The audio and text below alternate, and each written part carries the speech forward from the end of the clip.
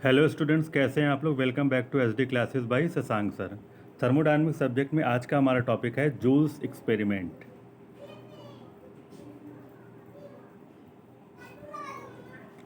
First law of thermodynamics define करने के लिए जूल्स ने एक एक्सपेरिमेंट किया था, वो मैं आपको डिफाइन करता हूँ। सबसे पहले जूल ने एक बीकर ले लिया और बीकर में नोन क्वांटिटी ऑफ वाटर ले लिया, यानी वाटर का मास m नोन था, पता था। लेट सपोज कि 1 kg 2 kg 3 kg कुछ अमाउंट में वाटर ले लिया और इसका टेम्परेचर भी, इनिशियल टेम्परेचर भी जूल को पहले से पता था। उसको मेज़र करने के लिए क्या लगा दिया, जूस ने एक थर्मोमीटर लगा दिया। आप जानते हैं कि थर्मोमीटर से टेम्परेचर मेज़र होता है, थर्मोमीटर, ठीक है। और यहाँ पे एक पैडल व्हील लगा दिया, एक स्टीरर, जैसे आप जिसे मथनी कह सकते हो, माठा मथने वाली जो मथनी होती है। यहाँ पे एक नीचे व्हील लगा होता है, पहिया लगा होता है या पंखा लगा होता है, और इसको एक वेटलेस थ्रेड से एक फ्रिक्शनलेस पुली के ऊपर से गुजार करके एक मास m लटका दिया, ठीक है। इस डायग्राम को मैं और अच्छे से बनाता हूँ नेक्स्ट पेज पे।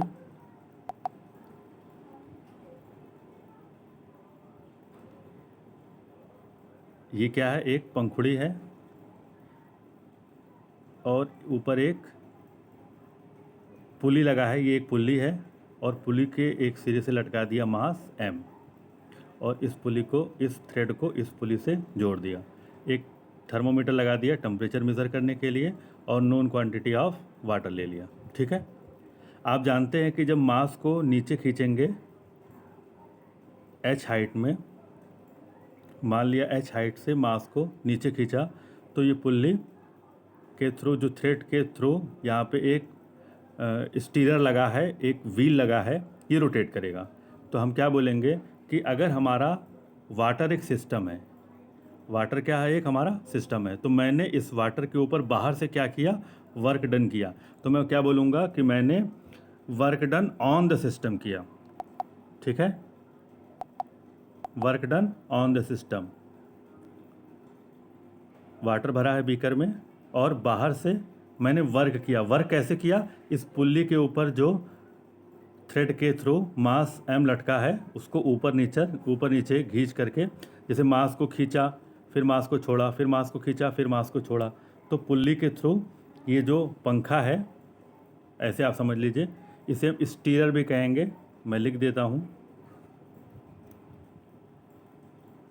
स्टीरर भी कहेंगे या फिर पैडल व्हील भी कहते हैं, पैडल व्हील,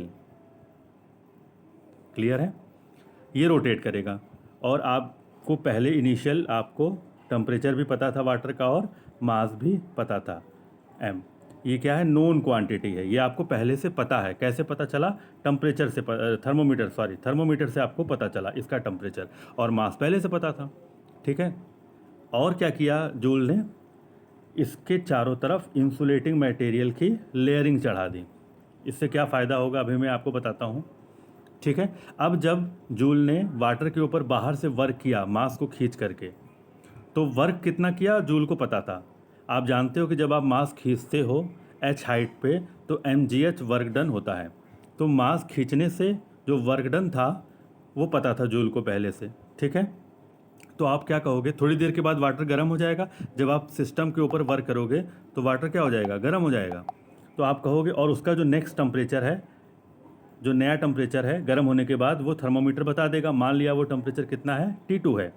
नया टेम्परेचर गर्म होने के बाद वो टेम्परेचर मेज़र कर लेगा थर्मोमीटर, ठीक है। आपने बाहर से सिस्टम के ऊपर वर्क किया, ठीक है।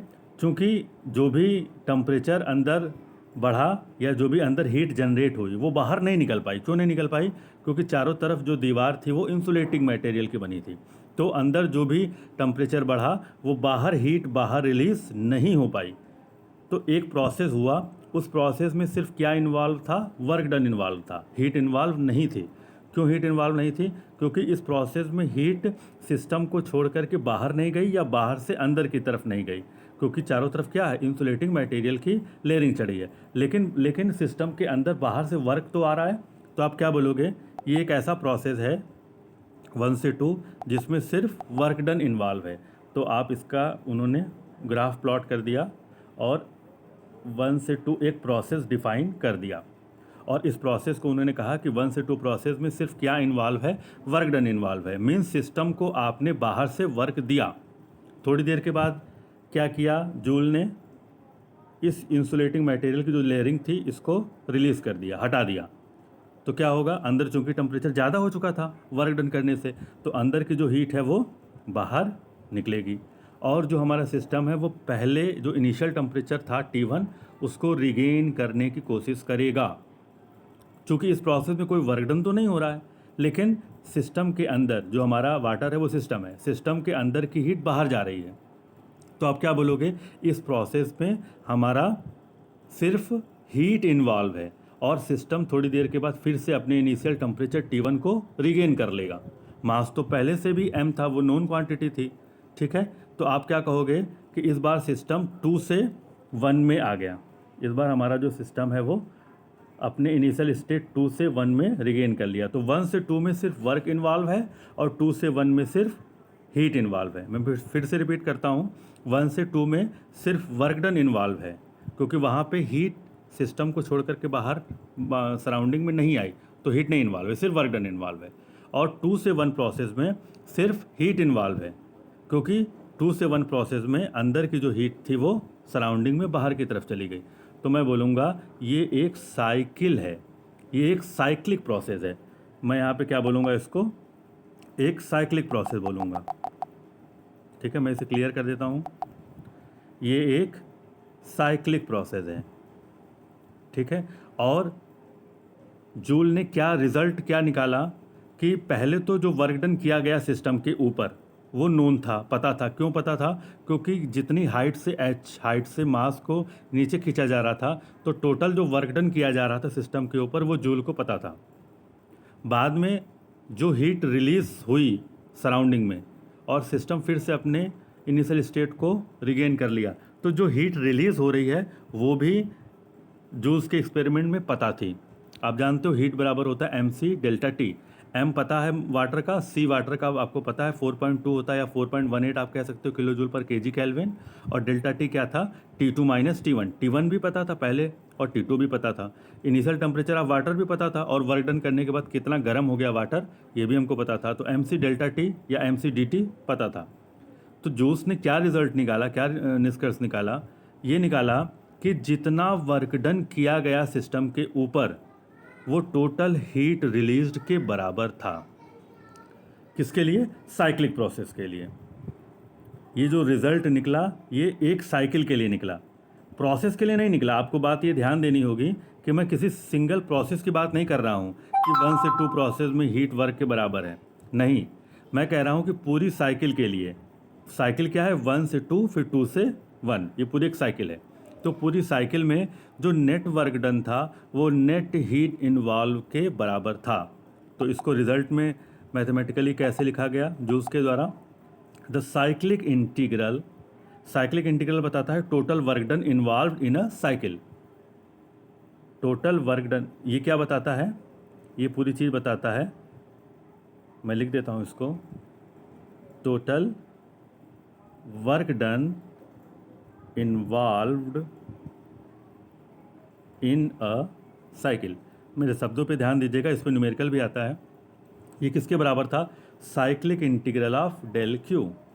ये रिजल्ट निकाला जूल ने और बताया कि जो नेट वर्क डन है पूरी साइकिल के लिए वो नेट हीट इन्वॉल्व के बराबर था पूरी साइकिल के लिए। तो जो जूल्स का एक्सपेरिमेंट था वो सिर्फ एक साइकिल के लिए ही वैलिड है, किसी पर्टिकुलर प्रोसेस के लिए वैलिड नहीं है। क्लियर है सभी को। तो इसको हम लोग बोलते हैं, this is called as first law of thermodynamics for a cycle.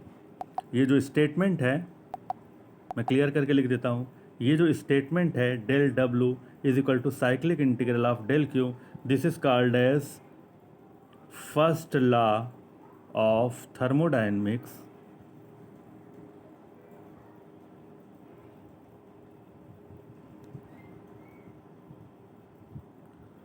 For a cycle. ये आपको ध्यान देना होगा, मैं साइकिल को अंडरलाइन कर दे रहा हूँ कि ये जो फर्स्ट लॉ है ये सिर्फ साइकिल के ऊपर ही वैलिड है।